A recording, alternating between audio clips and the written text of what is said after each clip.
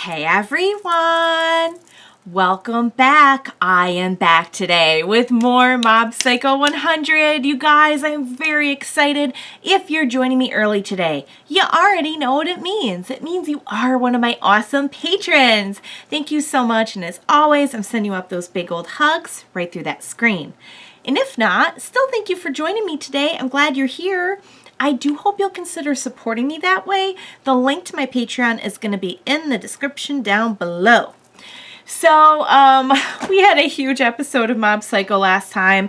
I do want to throw this out there because I did not comment on it in my last reaction. I'm like, whoa, how did I not mention that? But, yeah. So remember how that evil psychic guy got just bottled up by the spirit bottle guy that we met last season? Yeah, we all knew that was coming, I think, that he was gonna get out. As soon as that guy showed up, I'm like, no, you better not have that on you. And of course he did, but I didn't really, get to comment at all on the fact that, oh my lord, they let him out. That happened. That was a thing.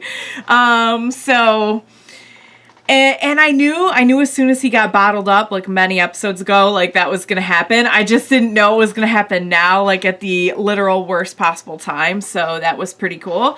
But yeah, so also I will mention that I was correct. I had guessed last episode that I think his name was Rio, the one of the kind of mini bosses that we were fighting last time, Teru and Ritsu and all them.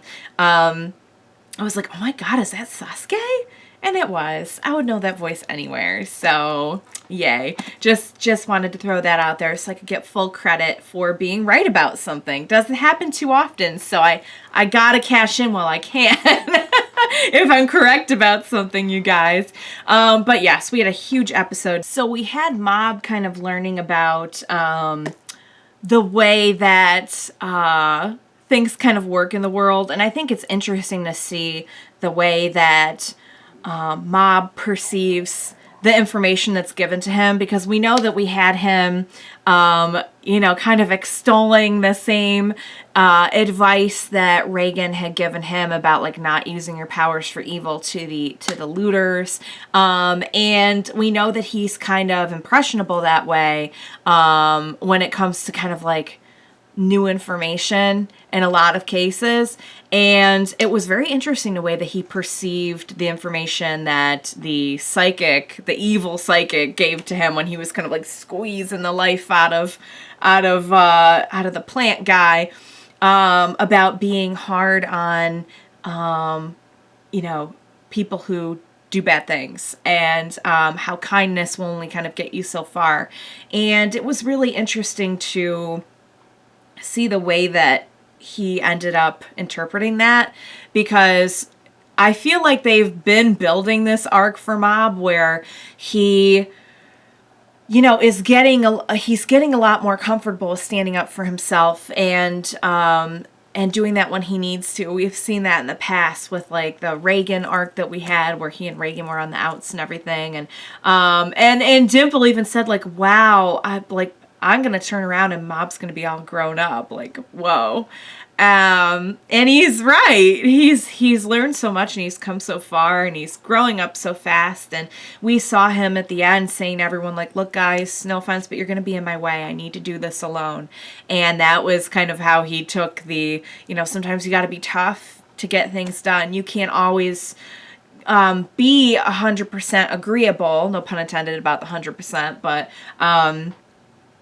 that's, wow, he's grown a lot, We saw how powerful the claw boss is, and I'm so scared for Mob, because I really feel like they have legitimately built up that this could be a real threat for Mob.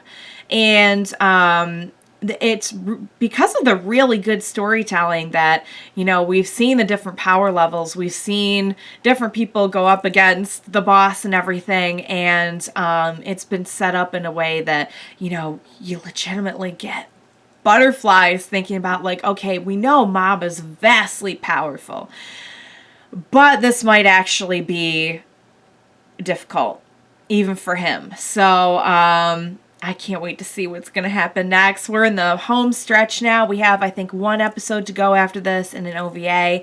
So we are very close to wrapping up this story. If I had to guess, I'm going to say that Mob's unknown percentage ability is going to come into play here. But I don't know for sure, and I don't know how or where or when. So what do you say we go ahead and get started and see what's going to happen? Let's go.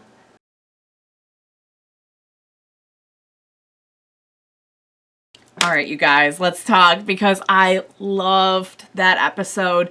Seeing Mob just like talking people through these emotions just really drove home to me, first of all, how much he's grown. Second of all, how much of an empath he is. For someone who processes his emotions and his thoughts and feelings a little bit differently, than what's considered average, he is so in touch with feelings and what makes people, like what motivates people. And it's just crazy to think that, like, earlier in the series we had people calling him clueless, and it's true that he was he had become a little bit disconnected when we first met him, but his capacity to connect with people is unreal. And it's funny because that kind of like bluntness, that blunt honesty, the no filter kind of that so many people did refer to as clueless to begin with,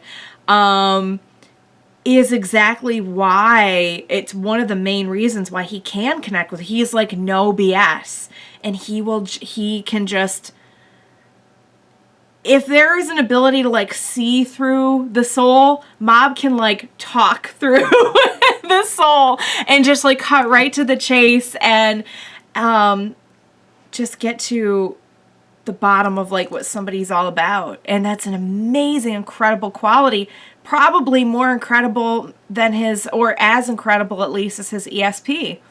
And Reigen addressed that when he said there are so many other qualities that people have besides, you know, ESP. And what we have here is a showdown between Mob, who has learned that his abilities are just a small part of what makes him him. If anything, he makes the abilities. The abilities don't make him.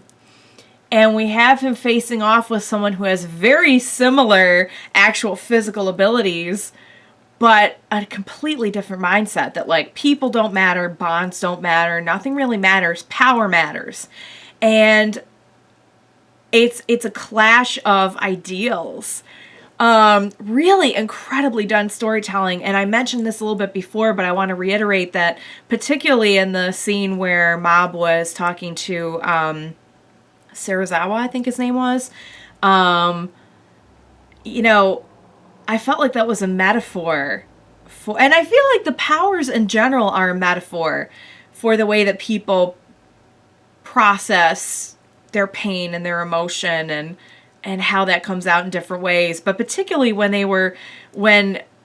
was talking to him, I felt like that was a metaphor for the way that people deal with mental health issues and the way that that can be so debilitating and hard to deal with. And honestly, in a lot of cases, it can make someone vulnerable to someone who will come in and kind of take advantage of those feelings. If you're feeling isolated and alone and like no one understands you, there's a lot of negativity that can seep its way in, whether that's from another person or maybe from some other outside influence. I just like not to get too like existential with it and go outside the realms of the story and the anime here, but I really feel like that was a huge metaphor, as is a lot of the series. I know many of you have come to me and expressed that a lot of the way that Mob processes things as a metaphor. The general concept of ESP is a metaphor. So, wow. I just really, I love how we get so much more than the story on the surface with this show. Reigen, I don't even know what more I can say about Reigen at this point, that he would just show up. He feels such responsibility for Mob, and he is a great example of what kept Mob grounded and able to see past just his powers. And that's what he did for the other Claw members as well. At the end of season 1, he just completely brought them back down to earth.